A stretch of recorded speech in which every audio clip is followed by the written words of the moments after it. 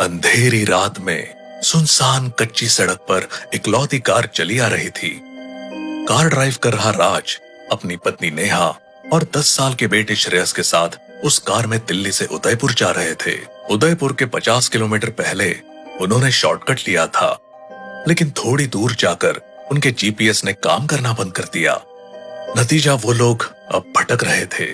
परेशान हो चुके श्रेयस ने राज से सवाल किया, डैडी कहीं स्टे करते हैं ना, अभी और बैठा भी नहीं जा रहा है।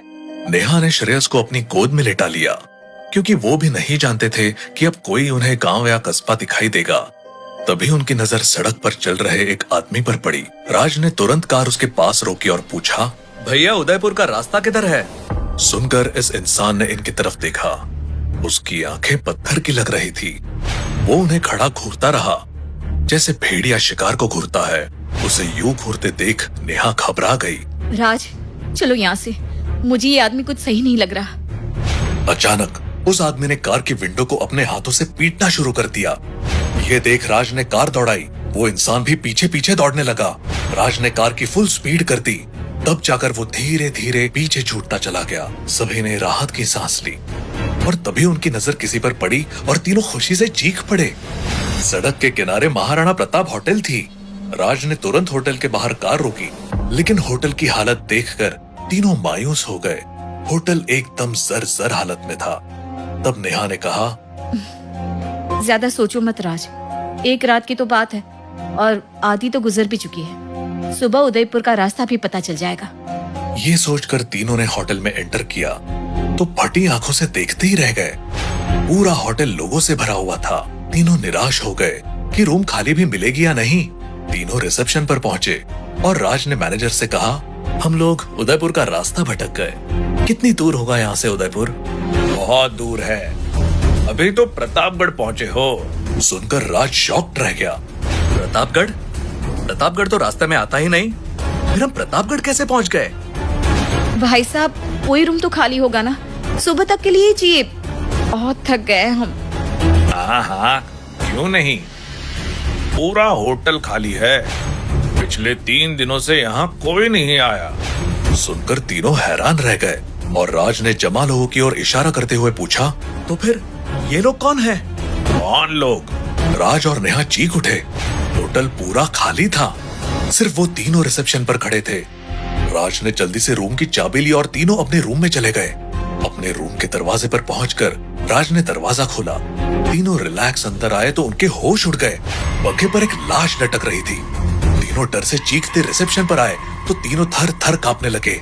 मैनेजर की जगह वो आदमी था जिसने उनकी कार का पीछा किया था। उस आदमी ने अपनी पत्थर की आंखों से तीनों को घूरते हुए पूछा,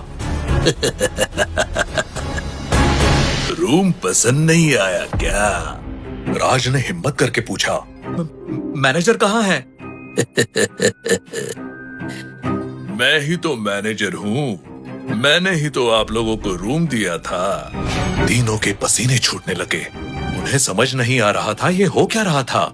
हिम्मत करके नेहा बोली, वो कमरे में लाश है। सुनकर वो मैनेजर अजीब तरह से हंसा और बोला, उससे तो आत्महत्या किए 10 दिन हो चुके हैं। पुलिस लाश भी ले गई थी।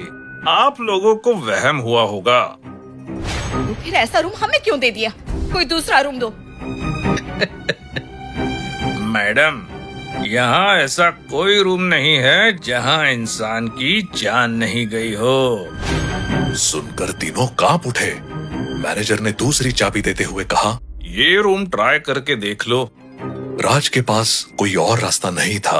कुछ ही घंटे गुजारने थे। उसने चाबी उठा ली। नया रूम अच्छा था, कोई गड़बड़ी दिखाई नहीं दे रही थी और उसकी खिड़की भी सड़क पर खुलती थी। तभी उनके रोंगटे खड़े हो गए ये देखकर कि सड़क पर होटल से जा रही कार को ट्रक ने उड़ा दिया था। ये देख राज ने नेहा और श्रेयस को रूम में रुकने को कहा और खुद घायलों की मदद को भागा। राज रिसेप्शन पर पहुंचा तो हैरान रह गया। अब मैनेजर की जगह एक लड़की बैठी थी।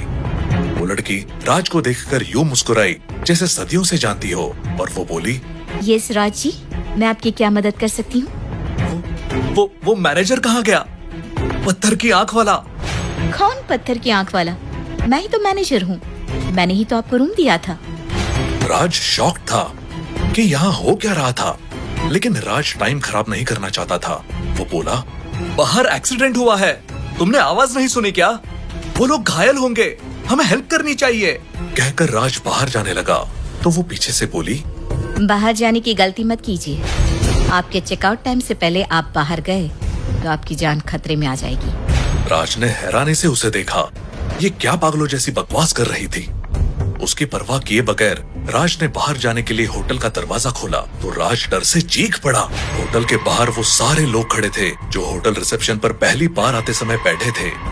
इस बार किसी के गले में फांसी का फंदा था तो किसी के बदन में चाकू उतरा था।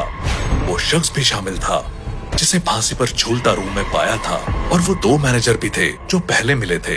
वो सब राज को घूर रहे थे। उनकी आंख और कान से खून की धारा बह रही थी। वो सब राज को घूरे जा रहे थे। राज घबराकर अंदर घुसा और दरवाजा बंद करके पलटा तो चीख पड़ा। रिसेप्शन पर मिली लड़की अपनी कटी गर्दन हाथ में थामे खड़ी थी और खून कटे सर और धड़ में से बह रहा था। अचानक कटी गर्दन ने अपनी आंख खोली और अजीब सी आवाज में बोली, बोला था ना चेकआउट टाइम से पहले बाहर गए तो जान को खतरा है। अब तुम खतरे में हो। कहकर वो कटी गर्दन जोरों से हंसने लगी। राज घबराकर अपने रूम की ओर दौड़ पड़ा। जैसे ही पैसेज में पहुंचा, अचानक पीछे से किसी ने उसका पैर पकड़ लिया। राज ने पलट कर देखा तो उसका मानो खून जम गया। एक घायल बच्चे ने उसका पैर पकड़ रखा था। उसके बदन में कुल्हाड़ी धसी हुई थी और वो रोते हुए राज से कह रहा था, अंकल मुझे बचा लो, वो मुझे मार देगा, मुझे यहाँ से ले जाओ। घबराकर राज ने चारों ओर देखा लेकिन दूर दूर तक कोई नहीं था। ये देख राज अब उसे पैरों से मारते हुए उसे दूर करने लगा। तू झूठ है, वहम है, शैतानी आत्मा है, छोड़ मेरा पीछा शैतान, छोड़। इसी तरह अपने पैर छुड़ाकर राज दौड़ा। अपने रूम में पहुंचकर दरवाजा अंदर से बंद कर लिया। वो पूरी तरह से हांफ रहा था, पसीने छूटे जा रहे थे। उसकी ये हालत देखकर नेहा और श्रेयस भी घबरा गए। नेहा ने पूछा, क्या हुआ राज? यहाँ गड़बड़ है, बहुत बड़ी गड़बड़ है। हम गलत जगह आ गए हैं। यहाँ मुर्दा इंसानों की आत्माओं का कब्जा है। तभी श्रेयस चीख पड़ा। डैडी! राज और नेहा दौड़कर श्रेयस के करीब आए तो डरते हुए श्रेयस ने खिड़की से बाहर इशारा किया। राज नेहा ने बाहर देखा तो चेहरे का रंग उड़ गया। सड़क जहाँ कार और ट्रक का एक्सीडेंट हुआ था वहाँ ना अब ट्रक था ना कार, सिर्फ खाली रोड था। नेहा हैरानी से चीख पड़ी। राज, तुम आए तब तो यहाँ ट्रक और कार दोनों थे, अचानक से कैसे चुटकी में गायब हो गए? मैं कह रहा था ना नेहा, हम गलत जगह आ गए हैं। ये जगह भूत प्रेतों से भरी हुई है। अब हम क्या करेंगे राज? राज सोच ही रहा था कि श्रेयस ने अपना मोबाइल उठाया और महाराणा प्रताप होटल पर सर्च करने लगा। उसका रंग उड़ गया और वो बोला, डैडी, हम राजस्थान की सबसे हॉन्टेड जगह पर खड़े हैं। यहाँ रात गुजारने वाला कभी जिंदा नहीं लौटता। राज ने जल्दी से श्रेयस से मोबाइल लेकर पढ़ना शुरू कर दिया तो पता चला कि इस होटल को बनाने से पहले यहाँ एक झोपड़ी थी। उस झोपड़ी में एक राजस्थानी बंजारा रहता था। वो मुफ्त में लोगों पर चढ़ी आत्माओं को उतारा करता था। फिर सरकार ने यहाँ से एक सड़क निकाली जो उस बंजारे के झोपड़े के सामने से गुजरती थी। होटल मालिक ने उस जमीन को सरकार से खरीद लिया और जबरदस्ती उस बंजारे को वहाँ से निकालने की कोशिश करने लगा। जब वो बंजारा उस जमीन से नहीं हटा तो बुलडोजर बुलाकर उसके झोपड़े पर चला दिया गया। अपने झोपड़े को बर्बाद होता देख वो बंजारा इस कदर गुस्से से भर उठा कि वो चलते हुए बुलडोजर के नीचे कूद गया और मारा गया। पुलिस से सेटिंग कर उस खूनी हादसे को दबा दिया गया, लेकिन तब से एक नया खूनी हादसा शुरू हो गया था। होटल बनने के बाद जो भी रात को यहाँ रुकता था उस बंजारे की आत्मा उसे मार डालती थी और मरी हुई आत्माओं को भी वो मुक्त नहीं होने देता था। इसलिए होटल में वो आत्माएं भटकती रहती थी। एक न्यूज लिंक में उस बंजारे की फोटो भी थी जिसे देखकर राज के हाथ से मोबाइल छूटकर गिर गया। वो बंजारा वही पत्थर की आंख वाला था जो उन्हें टकरा चुका था। तभी दरवाजे को कोई जोर से पीटने लगा। राज ने आईपीस से झांक कर देखा तो रोंगटे खड़े हो गए। दरवाजा वही पत्थर की आंख वाला बंजारा पीट रहा था। नेहा डर से चीख पड़ी। राज, अब हमारा क्या होगा? दरवाजा पीटने की आवाज तेज होती चली गई। राज ने अपना दिमाग दौड़ाया और बोला, अब हमें यहाँ से भागना होगा। डर से चीखते हुए नेहा ने पूछा, पर कैसे राज? राज ने खिड़की से झांक कर देखा। ऊंचाई ज्यादा नहीं थी। उसने चादरों को जोड़कर जल्दी से रस्सी जैसा बनाया और खिड़की से लटका दिया और कार की चाबी देते हुए नेहा से बोला, तुम्हें पहले उतरकर कार स्टार्ट करनी होगी। पीछे हम दोनों आ रहे हैं, हमारे कार में बैठते ही कार दौड़ा देना। ये समझाकर नेहा को नीचे उतार दिया और फिर श्रेयस को पीछे से। नेहा श्रेयस का हाथ पकड़कर कार की ओर दौड़ी। राज ने जैसे ही उतरना शुरू किया, रूम का दरवाजा टूट गया और पत्थर की आंख वाला बंजारा अंदर आ गया। घबराकर राज के हाथ से चादर छूट गई। वो नीचे गिरा, जैसे तैसे खड़ा हुआ और लंगड़ा कर कार की ओर दौड़ा और बैठ गया।